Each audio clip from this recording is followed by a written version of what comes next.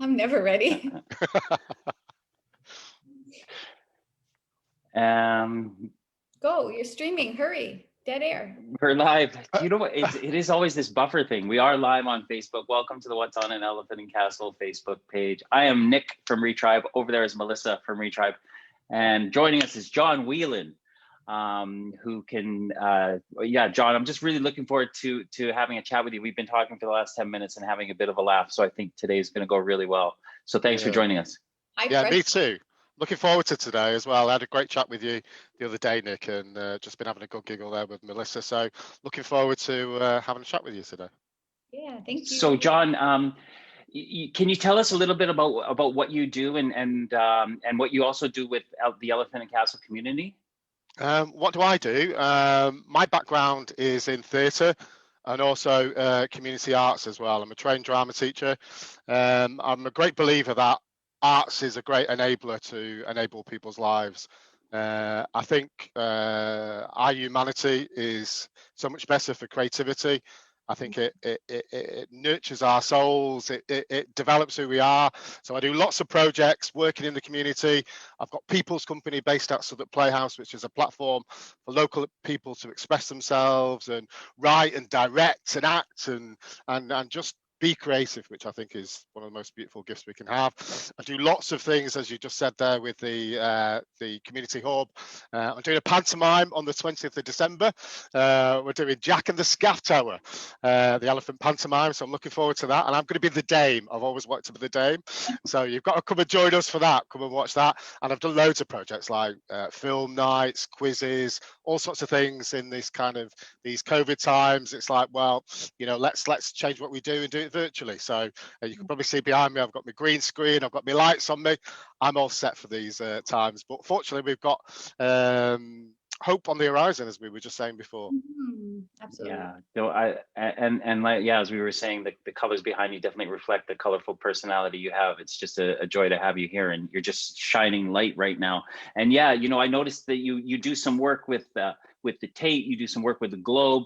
The Globe probably very interesting because, as we were talking about before, the second person to be vaccinated in this country from the COVID virus is William Shakespeare from Warwickshire. So that's kind of tying all things nicely into you as being a performer today. But let's, John, I kind of want to go back into how you got involved in the arts in the first place. What you do is amazing, but you know, what's your journey in discovering how arts evolved in you as maybe as a young child to an early adult to where you are now? My mum actually is the one that tells me this story of when there was a nativity and I was in nursery, and apparently I remember the song "This Little Guiding Light of Mine." I had to carry a little lamp to the front and then stand at the back where Mary and Joseph were and everybody else. But I wasn't going to stand in the back. I wanted to go straight to the front. Okay. And my mum said I'd just push my way to the front. And she said at that point she knew I was going to be on the stage. She said you just loved the attention. So she said I knew you were going to be for the stage, our John. But anyway, so I did lots of plays at primary school and secondary school. But when I was about 11, I saw an advert for Oliver Twist in the Manchester Evening News, and I'd never been to drama school or theatre school or anything like that. My mum said, "You love this kind of thing. Why don't you go for it?" So I thought, why not? So I went down, got the 2:11 bus into Manchester on my own, went to the audition. There was all these kids there from theatre schools and etc. I'd never had any training, so I went for one audition. They called me back for another. They had to call the neighbour next door because we didn't have a phone. Went for another one, and I got the role as Dodger in Oliver Twist, and and that just shows you, that was part of me. That creativity. I love to perform. I love to sing. I love to dance. I love to act. And that was just inside of me. And then obviously I went to drama school. Then after drama school, one of my tutors at drama school says, "Do you know what, John? I think you'd be a really good teacher." So I went to study a PGC in Performing Arts. So I'm a trained teacher in dance and drama. And then I taught for 4 years. And then I was doing lots of community arts at the same time. And then I had to make that decision point. you know, what do I do? So I decided to move fully into the community arts. Worked a lot with Capital of Culture in 2008 in Liverpool. Did lots of work bringing the big city centre arts providers into the communities, into the north side of Liverpool. So that's my big thing. It's about breaking down barriers, because art is for all of us. Art is beauty. Art is our soul. Art is these colours behind me. You can see there, and it is all our right. You know, art for me is a sign of our humanity. If you go back to cavemen, and cavemen were painted on walls to express themselves. You know, art is the way we can express and we can grow, and also as well have a voice. My big thing as well is about people having a voice. So yeah, and then I came to London because my partner's based down here, so one of us had to move. So I moved for love. That's the bit where the violins come in. Right. So that was 7 years ago. So you know, and since when I came down, I'm a hustler. I make things happen. You know, I don't think about things. I just go, right, I've got an idea. I want to make that happen. So I went to the Playhouse and I said, right, you've got nothing for adults, you know, 25 and over. Why don't I create a group, people's company? And they just went, do you know what? Come on, yeah, do it. So I did it. Same as with people like the Globe, the Tate, all sorts of big, you know, I just kind of, you know, let me do this for you, let me do that. Why don't we do? And a lot of it is kind of like word of mouth as well, because you get to work with all sorts of different groups and another door opens.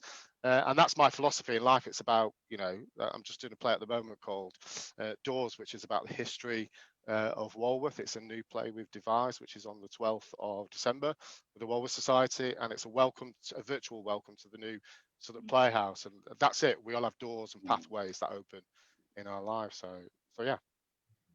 Beautiful. Amazing. Mel? It's me.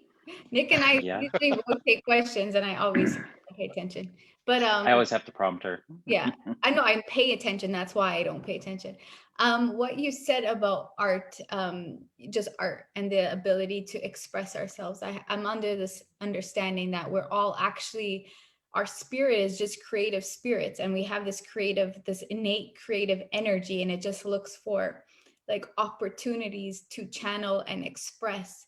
And I remember when I started university many moons ago, I thought I was shy. I've come to realize I'm not shy. But to help me out of my shyness, I took a drama class. And what it really did was just help me find my voice. And I remember the power of the teacher just creating the space for everybody, even kids who were like meant to be shy or silent, we're actually maybe not, just we're never nurtured in the environment. So I really have this appreciation and sacredness for what it cultivates. So maybe can we talk a bit about just the way you've kind of seen, or your experience with people coming into their own kind of like expression, unique expression, and the power of art around that? I don't know, was that a question? Yeah, well, I think all of us, it's our yin and yang. All of us are shy, and all of us are extrovert. We all have all bits of that within ourselves, and that's part of who everybody is. You know, sometimes I can go into a given situation and be shy, and I say that sometimes to my friends, and they go, "What? You shy?" And yeah, to be confident, sometimes I'm shy. And like you were saying before about kind of enabling people through art, you know, it's like my dad was a welder all of his life, and then at my mum's 60th birthday he said, "Do you know what, son?" So I said, "What, Dad?" He'd had a couple of pints by this point. He said, "Do you know what?" He said, "I should have been an artist." And I said to him, "Dad, it's not too late."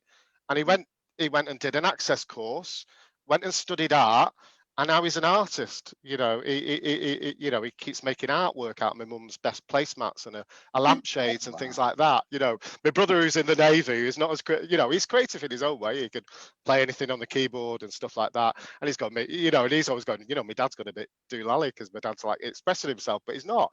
He's expressing that other bit of himself. You know, he's always had a really good eye. He's always been creative. He's always had those skills. And it's just he's been able to express that. And it's like that with People's Company, because, you know, people come along to People's Company and, you know, quite often they've never done anything like this ever. They've just wanted to do it. And it's like, well, you know, do you know what, I'm going to do it.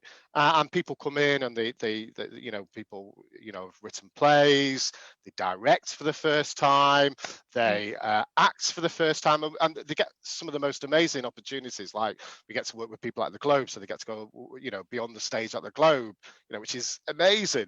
Or they get to kind of bring, you know, history to life with the Tate, or the, you know, etc, etc, etc. So, you know, and quite a lot of people who, you know, come to People's Company, you know, quite often there may be, you know, some, you know, 1 in 4 of us suffers at some point in our lives from a mental health issue.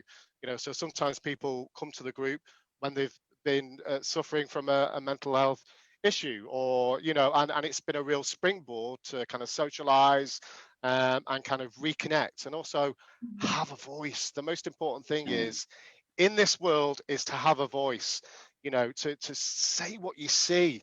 You know, that's how we change things. It's about thinking, it's about exploring, it's about creating, it's about expression together. It's really, really important.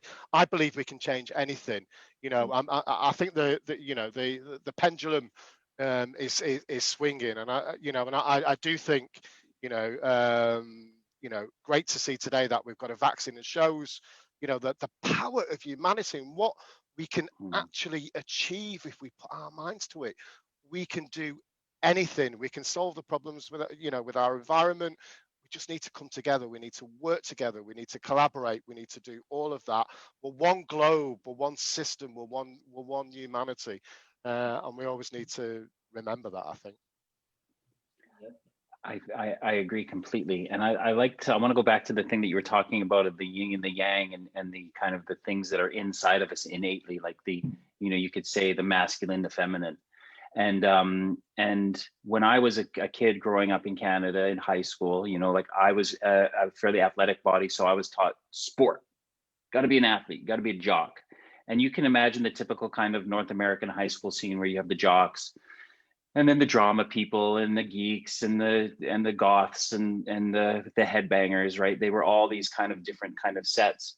And it was the drama people, or the artists, that were kind of seen as being meek. You know, the word wusses would be used. So it was always derogatory. And that's the environment that I grew up in. And then it wasn't until I was in university when I was offered to do a drama course, but also a point in high school where I had a teacher who said, you know, Nick, you know, are you just going to BS your way through life? You know, or, you know, I do know your family history, and there's some writers in your family. Why don't you start writing some stuff?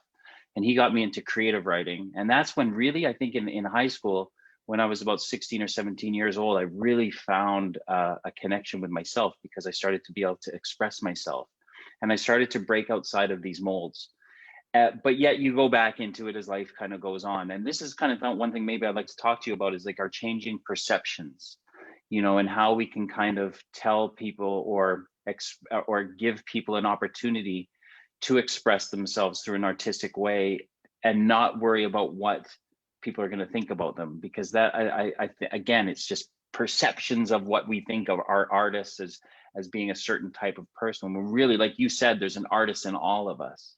You know, what do you think we need to do to help people who might be struggling with the perception of what they may be seen as if they start to express themselves in an artistic way? I think it starts in education. You know, as somebody that's been a teacher, it's about giving young people that platform. I mean, this country is, you know, if you think about theatre, you know, I think this country is the best in the world at theatre. You know, each of the states is the best, I'd say, for musical theatre. But when I was teaching, I worked in a specialist school for performing arts up in Liverpool. And that was great because similar schools in that area didn't do particularly well in GCSEs, A to C, but that school did really, really well. And that was because each of those children had to do a creative GCSE. And that really developed them holistically, I think. So if you look at the difference in kind of attainment, of those children who were given an arts, and there's lots of evidence that kind of says this, if you give young people an arts-based subject, or even if you go back further back, if you look at the kind of Scandinavian model of kind of education, the way they like to play, play, and a lot of play is performance. It's singing, it's becoming a character, it's pretending you're your dad or pretending you're your mum telling you off in the Wendy house or whatever. It's about expressing, and that's how we find who we are. So it's about enabling that to happen, and kind of saying to people how much possibilities there are in the creative arts and in the creative sector. I mean, the creative sector, if you look at it, is about 8% of our economy. If you look at the City of London, I think it's about 11%. So the creative sector's not far behind the City of London. And if you look at the moment, the amount of creative sectors that are struggling because of what's happening, and they're a real engine, not just for the economy, but also as well socially. So I think it's about demystifying what creativity is and just saying it's part of us, and the education system and parents and everybody else enabling people to express themselves in whatever that will be. It's like my mum writes poetry. My dad creates, like I said before, my dad creates art. My brother plays keyboards. He can listen to something, a piece of music, and he can just play it. That's his skill. We've all got skills. We've all got whatever, and it's about saying, because sometimes it's interesting, because when I went to secondary school, I was a bit of for certain reasons, I had to be a bit older in my head than maybe some of the other kids. So I was one of these kids that got on better with the teachers because I'd intellectually had to kind of grow up kind of quicker. So in a way, I was kind of one of those children who was a bit different. But that kind of worked for me. And then when I started teaching, I saw how kind of, how much kind of, I remember when I wanted to do GCSE drama at secondary school, and I couldn't do it because not enough kids opted for it. Whereas when I went into teaching, and did my teacher training, you could see the difference, how it was really promoted, how they were really trying to push the performing arts, how they were trying to really push creativity, and how it had changed in schools, actually, because it was kind of funky to be involved in the creative arts, more so than sports, I'd say. So when I went to school, it was the other way around, whereas it seemed to flip. So yeah, I hope I've answered it there. I kind of went on a bit of a tangent there, but as we do with our minds sometimes. Of course. It's really important, this demystifying what it is to be an artist or even just creative. It's actually, like you said, just this part of us that we just need to make space for in our daily lives. And I even think with the education system, like, to have this be something that you opt in or opt out of is also like already putting it into a label that could be, you get to choose if this is the path you want to take, instead of saying, like, this is just something we're going to explore, as you would maths or English, or like, you get to be creative. And also, I think it also I said twice, but I think it really honors different learning styles too, right? In terms of like structure, kind of, you have to learn things this way. I've seen it with my niece and nephew, ways they retain information when we make things fun and more accessible rather than memorizing and then reciting. Like, I don't think a lot of our brains, some of our brains, but not all of them, can work that way. So I really, appreciate that. I forgot my question. It was something around, oh yeah, I remember.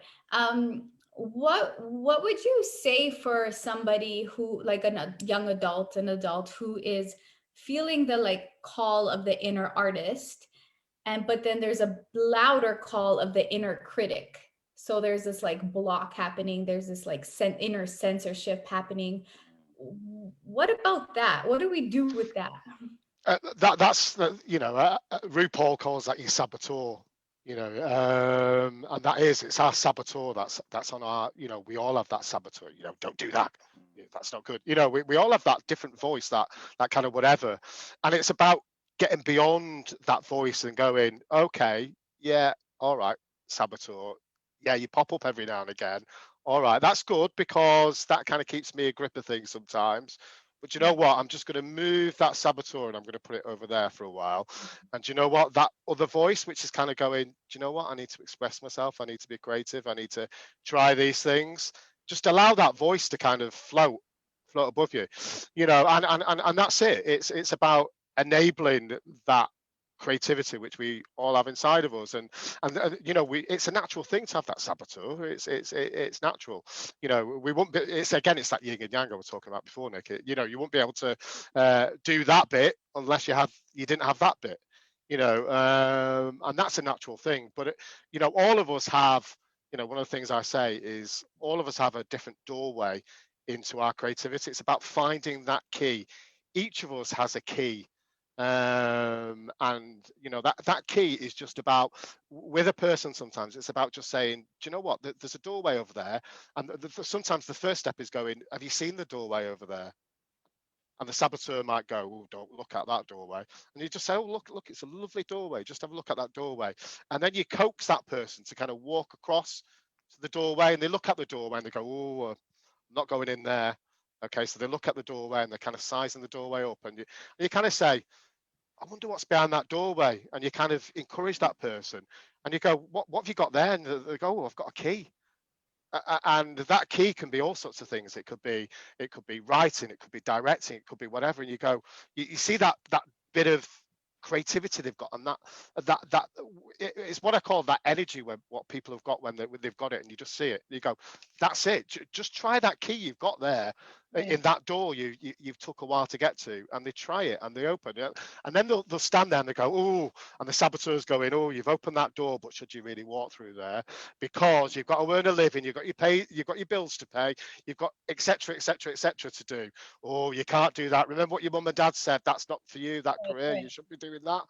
And then you go, just have a look inside, just have a look in that room, and they walk in, and then they go, wow, look at this room, it's amazing. Look at it, oh my god, oh, look at that over there, oh, have you seen that, oh, this is amazing. And they see all the kind of stuff, and what they see in there is themselves. That's what they see bits of them, they see bits of what makes them who they are, their experiences, their creativity. They see them and they feel comfortable with them. So we all have that, to kind of summarize, we all have that saboteur. It's there, as RuPaul says. It's about how we engage that saboteur and how we talk to it and how we deal with it and put it in its box. Yeah, it's like the first step is just awareness. Like, oh yeah, here you are. It would be with any like kind of negative thought or like harsh language or speaking to yourself. It's like, okay, I see you, inner child, inner little wounded kid. Here we are. But let's invite another voice into the room and see what happens, right? Sorry, Yeah, Nick. accept it. Yeah, Allow it. absolutely. I think what really kind of struck me, John, what you were talking about is like, how people say it's the journey and not the destination. But I feel like the way that you are describing it, it's really is both. And that it is this journey of like kind of uncovering this inner artist that we have in us, being able to be given a safe space to express it. But then the result of how the euphoria you feel when you've actually accomplished something. And I think that it's interesting to be able to kind of portray to people that it's a bit of a balance of both, of the journey and then the experience. I do know, like when I have friends who are, performing in the West End, and they'll say the rush and the joy they get in being able to express themselves and get that feedback, from an audience, but then also all of the rehearsals, all of the blistered feet, all of the early mornings, all of the late nights, and it's just this kind of just culmination in all of it. And but it takes time, doesn't it? And I'm wondering what kind of things you use in your practice, the tools that you've been equipped with, that you've learned to help yourself through the journey so that you can get to the destination. So not only just artistic practices, but practices that help you grow as a human being. I'd say listening is the biggest tool any of us get. It's listening and understanding. The way I kind of work is I work in a real collaborative way. So I quite often in a process, when I'm in a rehearsal room, for example, say like the doors piece, which we're doing at the moment, I will bring a skeleton, a framework, and then we will improvise around that framework, and that ability to listen and adapt and pivot, and sometimes you just see something, you go, God, that's it, and that ability just to kind of, I think it's going with the flow. It's kind of like, if creativity is happening, and it's really bizarre, I can't even describe it sometimes. It's like this energy, like in a rehearsal room, it's like a fizzle, and everybody feels it, and you kind of ride the wave of that creativity, but listening and allowing creativity. So listening, I think, is a really important skill. I think allowing, I think empathy as well, empathizing with people. All of us have a journey, all of us have a story. We had a conversation last week, Nick, where you shared a little bit of your journey and your story with me, and I think that ability to share who you are is a really, really important bit of who we are and what we are, and sharing and kind of giving you and your experience, I think, is a really useful tool in life to enable you to be who you are. So it's kind of sharing, and I'd say another crucial thing is laughter. Where are we without fun and laughter? Fun is, I mean, some of the rehearsals I've had and some of the hilarious things that have happened in my life, or, in general. And I'm always laughing because laughter is so powerful. It really, really is. It's like it almost like fuels us. Okay, so I think one of the other fuels we've got, we've got oxygen, we've got blood, we've got all these different things, but I think we've got laughter as well. Laughter and enjoyment is so powerful, and you can achieve so much. It's on laughter. It's like rocket fuel of existence, really. Well, I was on mute. It seems to be like, really, I mean, this is cliche, but it is one of the best kinds of medicines, to have that in your life. Because I mean, sometimes life gets hard most of the time, but I mean, to balance, if we're going to talk about the yin and yang theme, is the laughter with the hardness. Like, we can do the hard work and we can have the heartbreak, but we also need the laughter to make the heartbreak a little bit more, to sit with it in more tender ways, to laugh through it all, whether it's dark humor or not. It's still that like release. And almost, if you want to get, if I want to get a little spiritual about this, it seems like it's the the way to connect fully with whatever your expression of God or divine is that like oneness of like, whatever you believe, I believe, however you operate, we understand what laughter is. We understand the feeling that laughter allows for us, and almost freedom, right? Like it's like a big exhale when we get to laugh. um I don't have a question. But just what you're saying there with the exhale, not only is laughter an exhale, one of the things, because quite often men can be socialized not to express their emotions, and not to cry, not to kind of express themselves. I know it's a bit cliche, but it's true.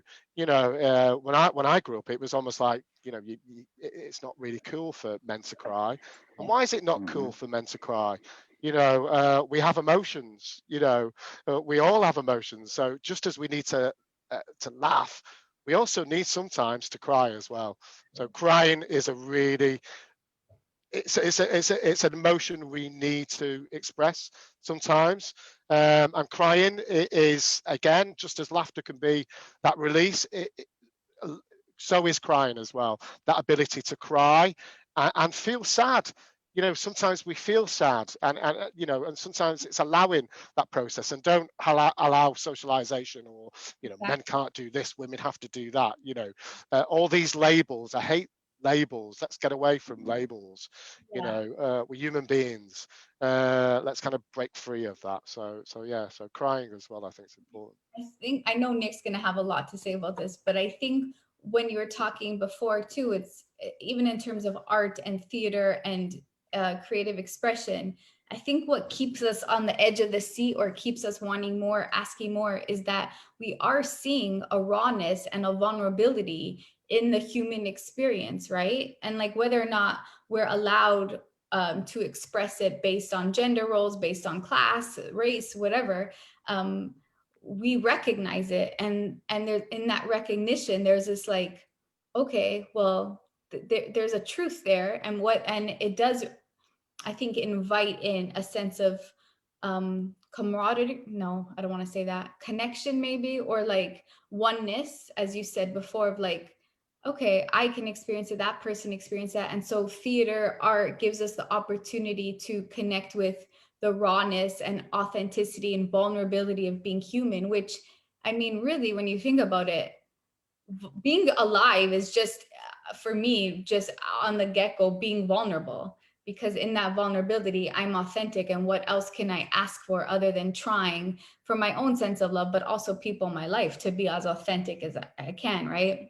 And so when we allow ourselves to be vulnerable, then we're like inviting in different spaces and different ways of engagement, communication. I think for me, that's when, like, when you're in a live theater experience and there's like your body, there's visceral reactions to the truth that's being expressed.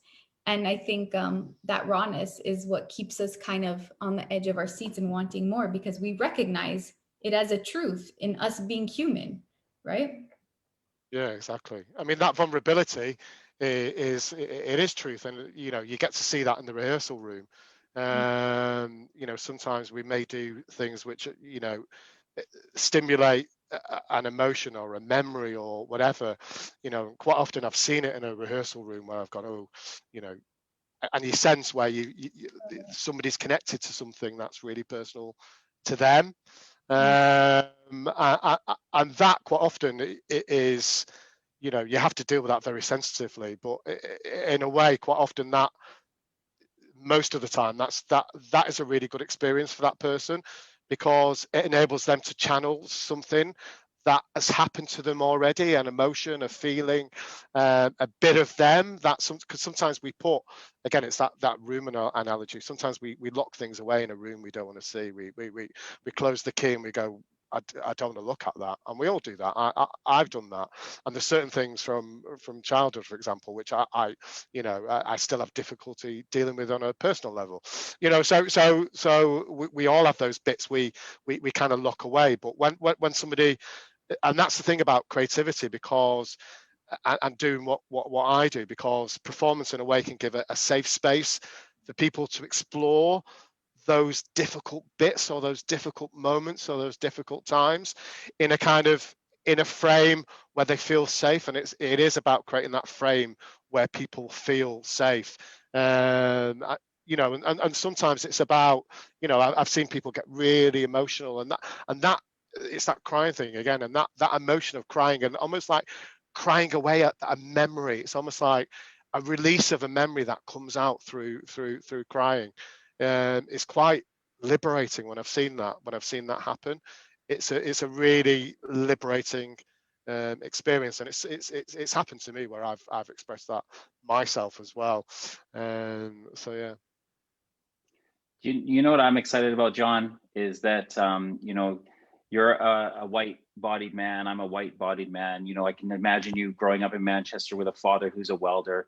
I grew up with a family who come from a coal mining village in South Yorkshire. You know, it's post. I'm reading a book that Melissa gave me called The Iron John by Robert Bly right now, and he goes back to the 50s. You know, so post-war United States and we could say Western world. You know, and we came out of that, and we all of a sudden, all of these very masculine and patriarchal systems get put into place because we've come out of a war. So we still have these instincts of like protecting and building and the very masculine energies, which are very good. But once they stop being used in terms of a sensitiveness and a compassionate way, and this is what I'm excited about, John, is that you're creating safe spaces for people and men to come to be able to express themselves. But this is why I'm so hopeful, is because I know the changes that are happening from these safe spaces are starting to move out into society. And we can slowly start to feel a shift, because people go, you know, what happens in the theater room, or what happens in a sporting changing room, and these shifts are starting to change. They're just going to stay there. But I think naturally they're going to start to evolve, and people are going to start to be able to show that vulnerability is not weakness. Crying is not weakness. Laughing in the face of adversity is not weakness. Self-care is not weakness. And these are things that men, particularly who have white bodies, or are coming from a system that was set up by white-bodied men, where these are rigid, strict structures, and they're slowly starting to become dismantled, to become structures of compassion, boundaries, movable, fluid energies, which are really, I'm so excited about it, John. And I'm so excited that you're doing what you're doing. And I'm interested to know what's happened, you know, in the last 9 months with regards to COVID, because all of a sudden the world has got a common struggle. And what happens generally when the world is going through a common struggle is we start to unite, and kind of that strict, rigid kind of system is being, you know, it slowly dismantled through COVID. But then all of a sudden a vaccine comes in, and then all of a sudden we're allowed freedom again, and we go back to these old ways. We tend to look back to the old ways. How can you see, you know, and what's your journey been over the last 9 months, how you've been able to see people change and grow and be able to show vulnerability in your spaces? And what kind of excitement do you have for the future? Well, before, you know, COVID came along, I'd never used Zoom.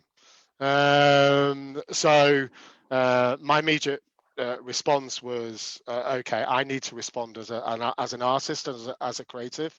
What do I do? Right, okay, I'm going to move what I do into a digital platform. So we started doing things like, so we created a thing called the Laughter Hub. And it was about bringing laughter into people's front rooms. Again, it's that idea of laughter and enjoyment, and how I wanted to keep people connected. I wanted to keep my theatre group connected.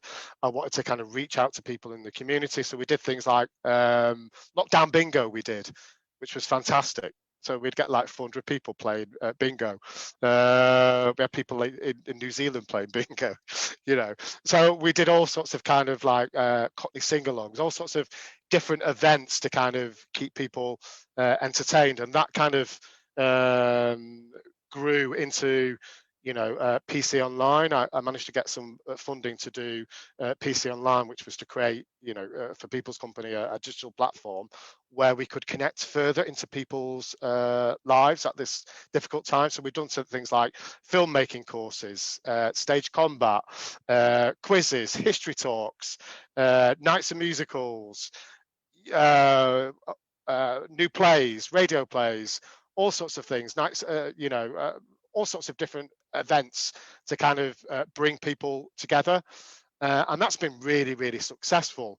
I mean, you know, we've had, you know, for like the bingo things, we've had like 400 people tuning in. For the plays, we've had like, you know, 70, 80 people tune in for the plays. Or we did a big project around the Mayflower, for example. So that originally was meant to be, you know, a physical animated tour with actors that told the story, but I moved that all virtually. All the talks I did virtually. So I pivoted, and I think that's it as a creative. You pivot and you respond to what's happening out there. So that was it. There was, you know, I could see that you know, that this was a time that me as a creative, I had to do my bit. I had to do my bit for my community, for the people I work with, for, you know, and also for myself as well. So that's how I kind of responded. But also as well, I mean, I think we're in one of those change. I think humanity has those change epochs. You know, the computer revolution, the industrial revolution, the agrarian revolution, if you go back when we started farming, and our next evolution as a species of our consciousness and how we develop is the environment. And we have to come together as a planet to save our planet. We have to. I'm really interested in the environment. You know, for example, I've been doing a lot of work locally on the low traffic neighborhoods, promoting people to cycle, etc., etc., etc. We have to come together. And I think the fact that we've been through COVID, although as awful as it's been, has shown how we can mobilize. We can mobilize as a planet, as scientists, as countries, and get beyond those labels of nationalities, nationalism, which I think is the most dreadful force we have in this planet.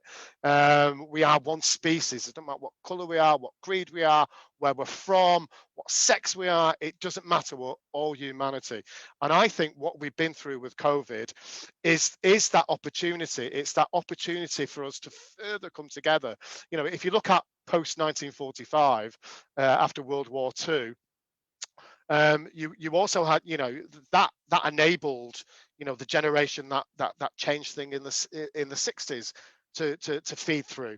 You know, you had that change. You know, you had that, you know, thought. You had that kind of, you know, exploration. You had that kind of fight for justice. You had that fight for equality. You had, you know, all those kind of movements that came, and I think that came from World War II and people going, do you know what? We want a better world. We want a different world. So I think out of these awful times we have, it's an opportunity. And I'm a great optimist. I really believe in humanity. I really, really do. Because I think humanity is beautiful. We live in a beautiful planet. We are a beautiful species. And I do believe in that Star Trekian notion that we will one day, you know, get beyond money. Will get, you know, it'll be about the common good. It will be, you know, not communism, you know, because that doesn't work, because you go from one elite to another elite. It's about getting beyond political structures. It's about people.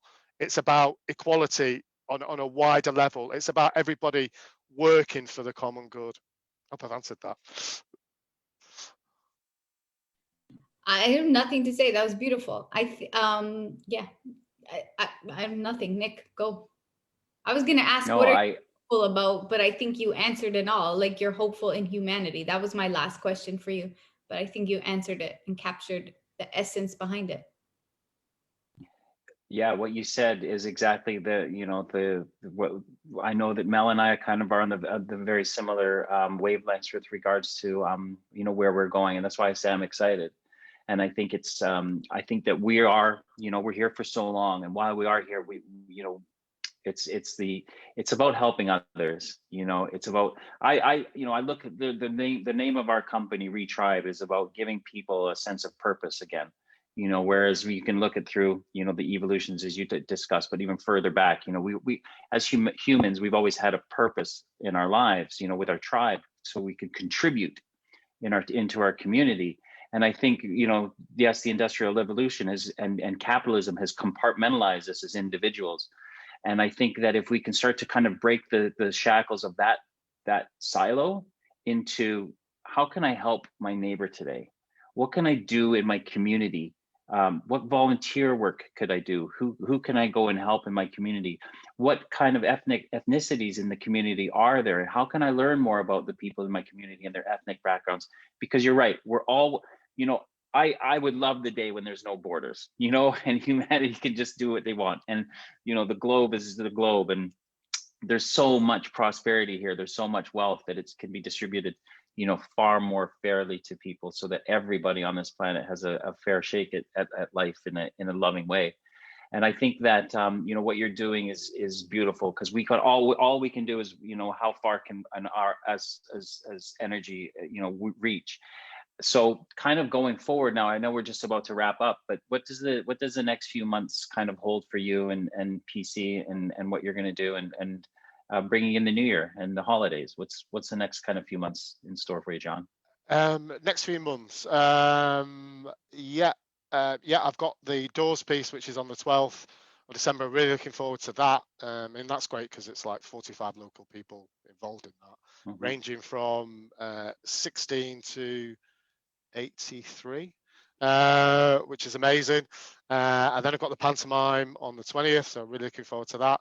And then, do you know what? At Christmas, I'm going to have a couple of weeks off. I need to do, from March, I've been go, which has been great, but I need to paint my bathroom. So I've had the paint there for ages. So I just want to, I quite like doing things like that. I find it quite therapeutic.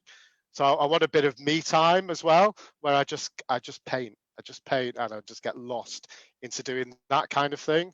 And then after that, there's lots of new projects and I'm excited to kind of develop in the year ahead.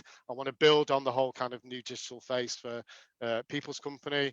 I want to, we're creating an Arts Council application to do a big film festival for elephants, which I'm really excited to kind of develop. And then there's all sorts of other projects. I'm really, what I want to do is continue to develop People's Company, just because we keep creating more rooms and more spaces for the group to explore the creativity. And I just want to have the next year as, I think this year has been a good year for me, because I've learned a lot about me. I've learned a lot about the world. I've learned a lot about life. And I want to take some of the lessons I've learned and some of the experience I've had this year with me into next year, and kind of, just enjoy next year and just be creative and just have fun and have a laugh. Yeah, keep shining, keep shining. How can people get in touch with you?